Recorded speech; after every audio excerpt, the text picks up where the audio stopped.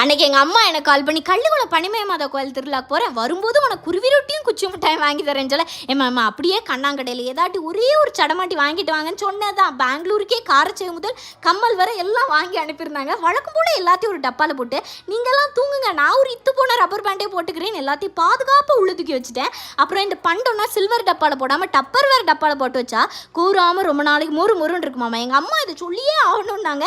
எம்மா சொல்லியாச்சு. அப்புறம் வாரத்துக்கு 1 லிட்டர் என்ன காலி ஆகுதுன்னு ஒரே ஒரு சொட்டு எண்ணெய் போட்டு கூட்டு பண்ணேன். மீதிக்கு லைட்டாக அப்பப்போ தண்ணியை ஊற்றி கிண்டி எடுத்து பார்த்தா நல்லா தான் இருந்துச்சு. சரி இவ்வளோ எண்ணெய் மிச்சம் முடிச்சு அப்படி என்ன ஹெல்த்தியாக பண்ணான்னு கேட்டால் பூரி பூடி. அப்புறம் சாயங்காலம் கோயிலுக்கு அம்மா வாங்கி கொடுத்த கிளிப்பு கம்மல்லாம் போட்டு அழகு பார்த்துருந்தேன். ஸ்கூல் படிக்கும் போது இந்த மாதிரி கம்மல்லாம் போட்டது.